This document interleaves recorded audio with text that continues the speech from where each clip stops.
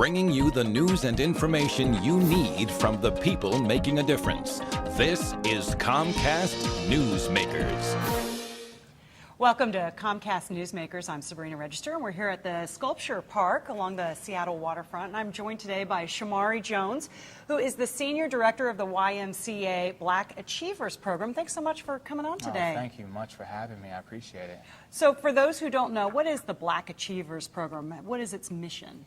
We're a program that works primarily with high school youth. We're teetering down into the middle schools nowadays, but we try to provide as much opportunity and access to college careers, etc., for youth, with somewhat of an emphasis of youth of color, but all youth in the Seattle Central District region that I could possibly get my hands on.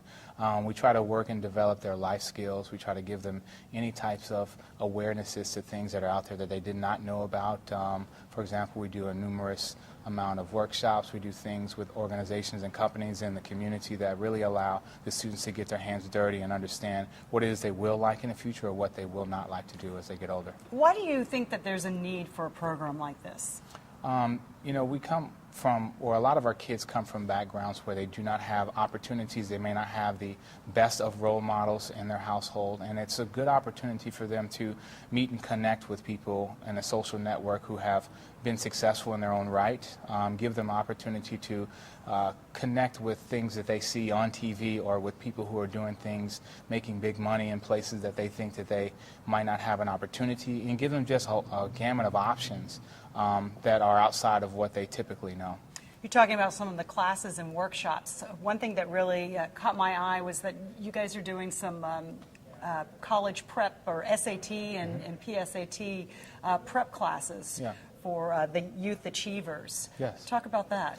What we try to do is partner with organizations that are already doing things as to not reinvent the wheel, but SAT, ACT prep, you know, we have an organization that we try to connect with to lower the cost. You know, that's one of the major roadblocks for some of the students that we work with is, you know, a class or course that costs $1,000 for a couple of weeks in the summer may not be as feasible for some of our students. So getting with someone who already has the resources and access to the teachers and people who can implement the process of getting this done for the kids is great. So this past summer, we were able to allow students to take SAT prep for $75, you know, and it was an amazing course. It prepared them all the way up into the date of the test, and even some of the kids got waivers to take the exam, so the cost in total was just that.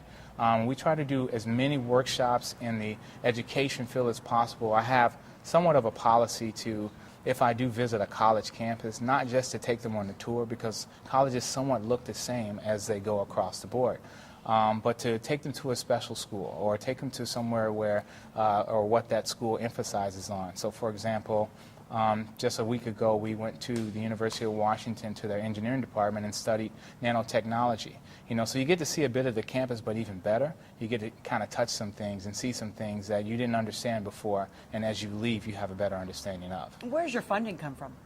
We have various sources. Comcast just gave us a really great scholarship towards our organization. We have a couple of banks and other institutions. United Way is a funder, and also we have an annual campaign every year that we go out into the community and other philanthropists and ask them for donations to the YMCA as a whole. And quickly, I wanted to ask you this new administration with President Obama, that must be something that these kids can really look up to, and great timing. It's an excellent buzz.